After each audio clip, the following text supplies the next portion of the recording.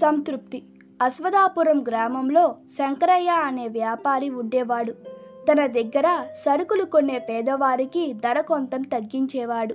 అది భార్యకు నచ్చకపోవడంతో సరుకులు మనం పట్నంలో కొనుగోలు చేయాల్సిందే, జాలి దయతో తక్కువ ధరకు అమ్మితే మనకు ఏం మిగులుతుంది అని తరచూ ప్రశ్నించేది.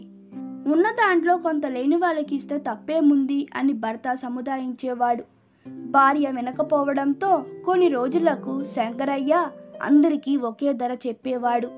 అలా సంపద పెరిగే కొద్దీ అతడు మనసులో తెలియని వెలితి ఏర్పడింది. ఒకరోజు చిన్ననాటి మాస్టర్ దగ్గరకు వెళ్ళాడు. గురువుగారు, వ్యాపారం తొలినాళ్ళలో ఉన్న మనశ్శాంతి ఇప్పుడు కరువైంది.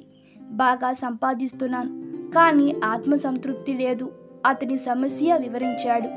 దానికి మాస్టారు నవ్వుతూ వెనక్కున్న గాజు కిటికీల నుంచి చూడమని చెప్పి ఏం కనిపిస్తుంది అని అడిగారు. బయట మనుషులని సమాధానమిచ్చాడు. పక్కనున్న అద్దంలోకి చూడమని మళ్ళీ ఏం కనిపిస్తుంది అని ప్రశ్నించారు. నేను కనిపిస్తున్నాను అన్నాడు వ్యాపారి. కిటికీకి అద్దం రెండు గాజుతో చేసినవే, కానీ కిటికీలోని చూస్తే మనుషులు, అద్దంలో నీ ముఖం కనిపిస్తుందన్నారు మాస్టారు. అద్దానికి ఉండే గాజుకు వెనక పూత ఉంటుంది, కానీ కిటికీ ఉండదన్నారు. వ్యాపారం తొలినాళ్ళలో నీకు లాభాల కన్నా కొనుగోలుదారులపైనే దృష్టి ఉండేది. నీకున్న దాంట్లో సహాయపడి సంతృప్తి పొందేవాడివి. తరువాత సంపాదన అనే పూత మాత్రమే నీకు ధ్యేయంగా మారింది. అందుకే మనుషులు కాకుండా నీకు నువ్వే కనిపిస్తున్నావు. ఆ పూత తొలగిస్తే మనశ్శాంతి దక్కుతుంది అని మాస్టారు వివరించారు.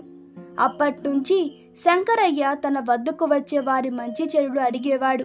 భార్య కూడా భర్త మనసును అర్థం చేసుకొని సహకరించసాగింది. పేదలకు అండగా నిలుస్తూ ఆత్మ సంతృప్తితో ఉండేవాడు. ఈ కథ మీకు నచ్చినట్లయితే మీ అభిప్రాయాలు కామెంట్లో తెలపండి. Please like, share and subscribe to my channel. Thank you.